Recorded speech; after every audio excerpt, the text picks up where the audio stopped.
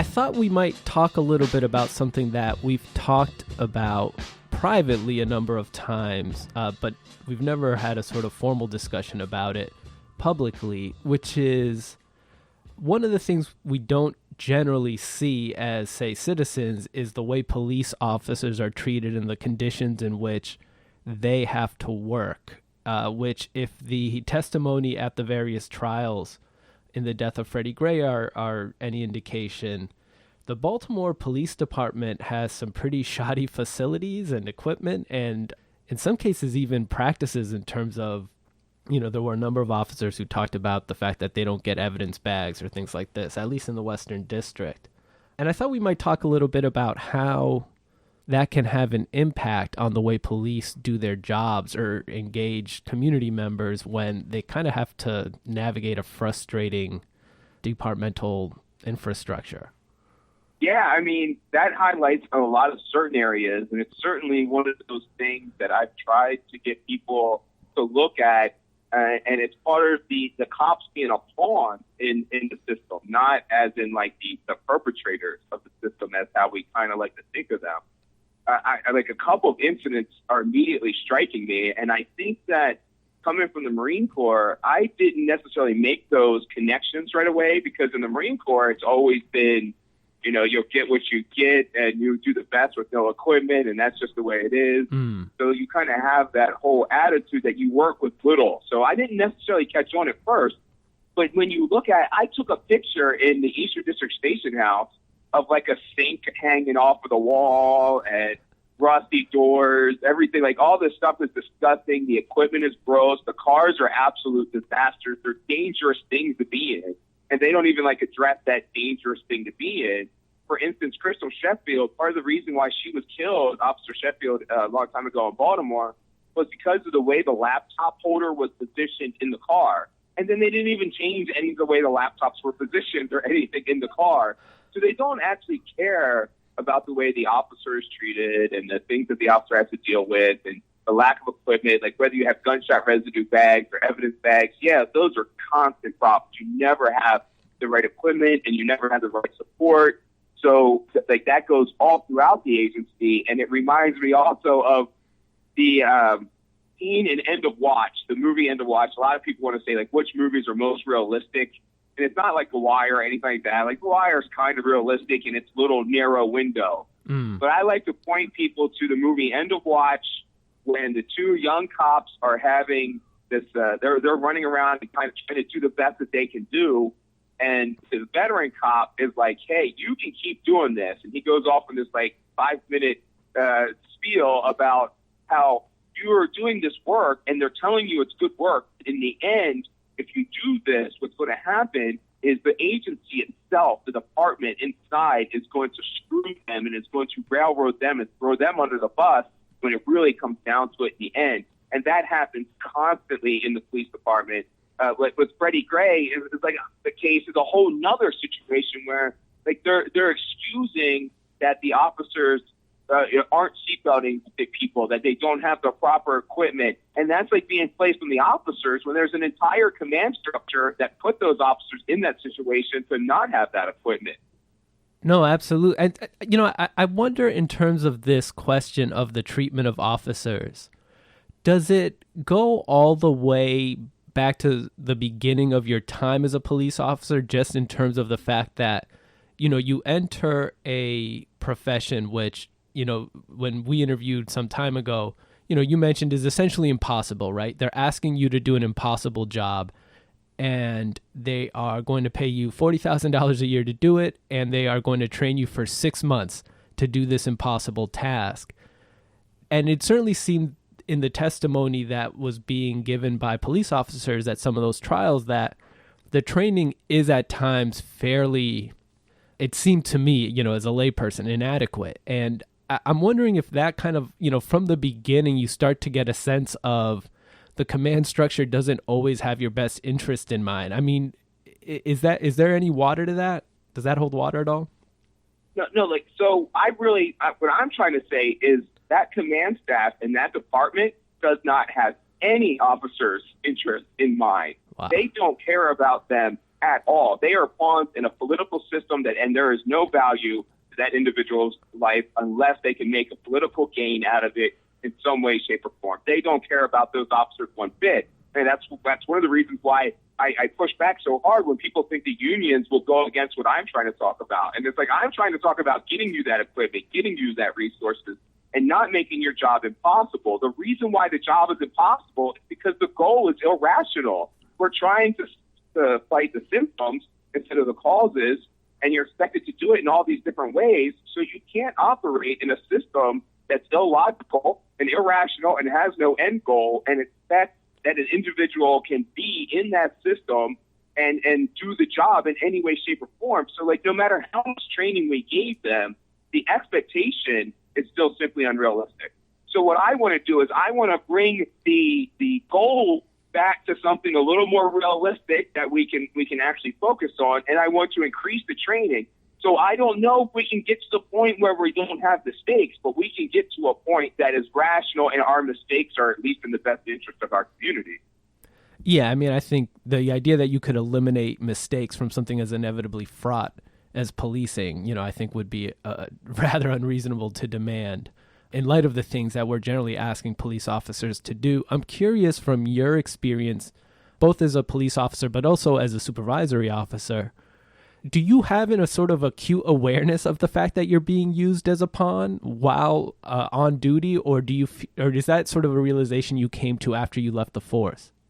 I always had an acute recognition of it. I mean, and that's really, even when you're I was focused on promotion. So when you're focused on promotion, you also have to go through and realize that in this process, the way they identify who's going to be supervisors, and one of the key traits of the supervisor is that they are putting the interest of the Baltimore Police Department ahead of any individual officer. Mm. So part of the selection process is supervisors who can clearly articulate how whatever action you're taking needs to be in the best interest of the agency as a broad perspective, not for that individual officer. So you're not doing the right thing for any particular officer. I mean, that's codified and in the management structure. I mean, that's pretty remarkable, particularly in light of the fact that, we seem to get through media accounts a sort of suggestion that the priority within departments is officer safety, get home at the end of the day. That's what's most important first and foremost. Is that something that is there maybe in the training to the officers or maybe in the union culture among the officers, but not necessarily within the management structure itself of the agencies? Yeah, but, so I think those seeds are sown from the top, and I think a lot of scientific literature will support that position. So people can, when they're oppressed, and it sounds weird to say that, but in the operational environment, in that closed bubble, the officer on the street is the oppressed one that has to deal with all the crap externally within a police agency. Mm. So when you kind of can get a bit of like a Stockholm syndrome and that kind of thing, where you believe the same things like society can do to believe its oppressor and its actions. So the way that it gets into the cultural norms and the way people speak is things like we don't make the laws, we just enforce them. So that's a blind servitude to what has been written down by the authority figures.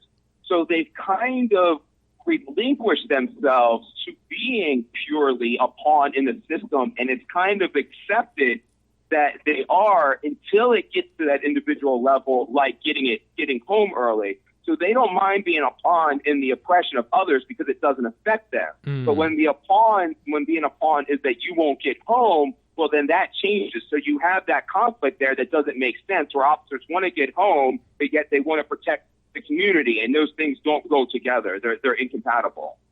I'm curious how much of this could be remedied if persons weren't entering this profession at such a young age and generally with not a great deal of formal education. I mean, do you think that would help in some of these aspects? The formal education is an empirical fact. So a 4-year college degree is the only thing that we can specifically directly tie down to less use of force complaints and less complaints in general on an officer. So that issue's been settled. like the age thing, I have thought over myself.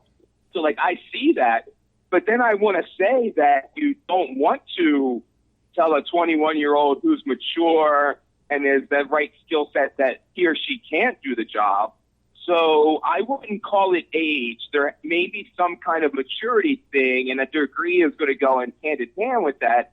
But I would be more focused in the maturity coming from that integration and not occupation kind of mentality, where I think I can train that in. So if you give me a cadet, I think I can integrate him or her into the community enough to get that maturity level that we were looking for in age or education experience. You know what I'm saying? Like, I think I can isolate that and magnify it, because the reason you see education and experiences broadening implicit bias and perspectives like that is because you get attached to more people and you see other perspectives more. But I think I can do that intentionally and thus do it a lot faster. So you wouldn't say it, I mean, because you didn't go in, for example, right after high school. You obviously, you had a stint in the military first. To your mind... Yeah, 21 makes sense. Okay. So like 21 at Homeland States does make sense as a starting point. But you wouldn't necessarily feel like it should be set higher than that. No, because I think we're measuring the wrong thing. So age does not equal experience, and it doesn't equal intelligence or anything like that. And neither does being in a particular environment in any way, shape, or form. Like those are categories that are correlated to those things, but they're not the root cause of those things. Sure. So it's like with leaders, you know, they like to say, well, so-and-so has so much experience, they're better.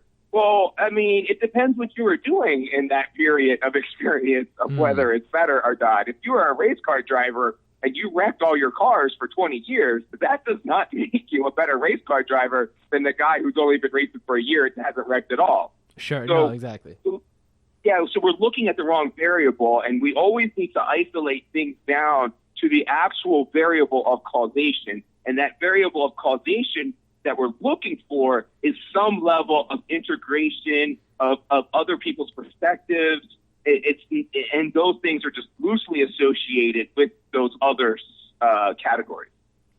And then I'm curious, just from a sort of practical policy side of the conversation, do you feel like you can, in a sort of adequate and cost-effective way, vet cadets for that potential level of maturity, or do you think that you would have to inevitably fall on a simpler proxy, you know, that would allow you to just kind of like knock out a bunch of names automatically because they're just below a certain age? Or, you know, could age or some other variable serve as a proxy for the thing that you're looking for? Or is there, or do you think that you can create a sort of intake process for bringing in recruits that ensures that you're able to measure for that level of maturity that you're looking for? I don't think I'm comfortable with a measurement system. Like, I'm already not comfortable with like polygraphs and things like that that we get tested in, because tests can be understood and defeated. So I'm definitely more interested in a universal program where everyone has to go through it, especially since part of the whole idea that I'm trying to get policing to understand is that it needs to be an overall umbrella of concepts, but then there's fine-tuning to each individual jurisdiction and how they want to act and how they want to be policed and what policing even means to them. So you have to have that bigger, I mean, I don't know. It has to be something that is for that area. So if I'm not fine-tuning it for that area, it won't make any sense. So I can't test for a particular jurisdiction. And like, so an example of this is in Baltimore. If people don't know, there's the dirt biking culture, right?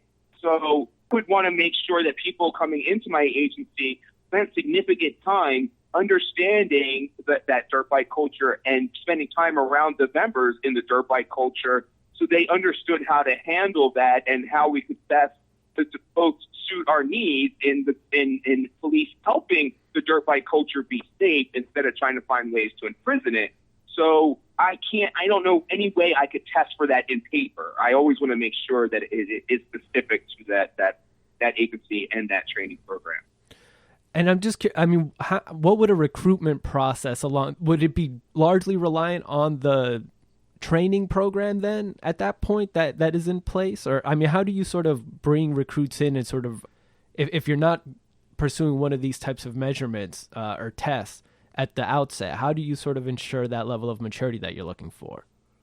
Yeah, I'm not sure which, like how each city would decide that they wanted to handle that. That is something that's ultimately up to the cities. But how I would argue that is I think that we can draw some obvious markers, like you couldn't have, been convicted of murder or something like that. But I really think that we can mold people with the right access and the right training programs. So like the idea that, say, somebody got arrested at 18 for being a drug dealer or 10 and north, the idea that we couldn't train them or they couldn't have had enough life experience to be an excellent cop by the age, by 4 years later, I think that's silly. And I think it's detrimental because who would be better, who has more base knowledge already than that person would have. So I'm kind of iffy about drawing lines of who gets in. I'm worried about having high standards of who gets through.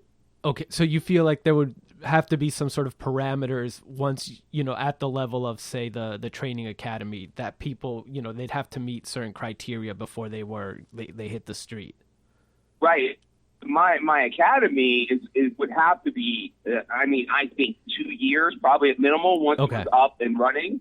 And so you're going to have all those things in, because I'm talking about like 6 months of being in the communities with no gun and no badge. Most cops that have 30 years on top of that experience don't have 1 day in the hood with no gun and no badge on. So they have 30 years experience and know nothing, when I can take somebody that's 21 years old and maybe was a drug dealer at 17 and he already has that knowledge, or if there's some really white boy who's never even been in the city before, I can bring them in and they'll have more experience in that short amount of time than most officers have now, or probably most agencies have now in collective experience of knowing what it's like in the actual city circle.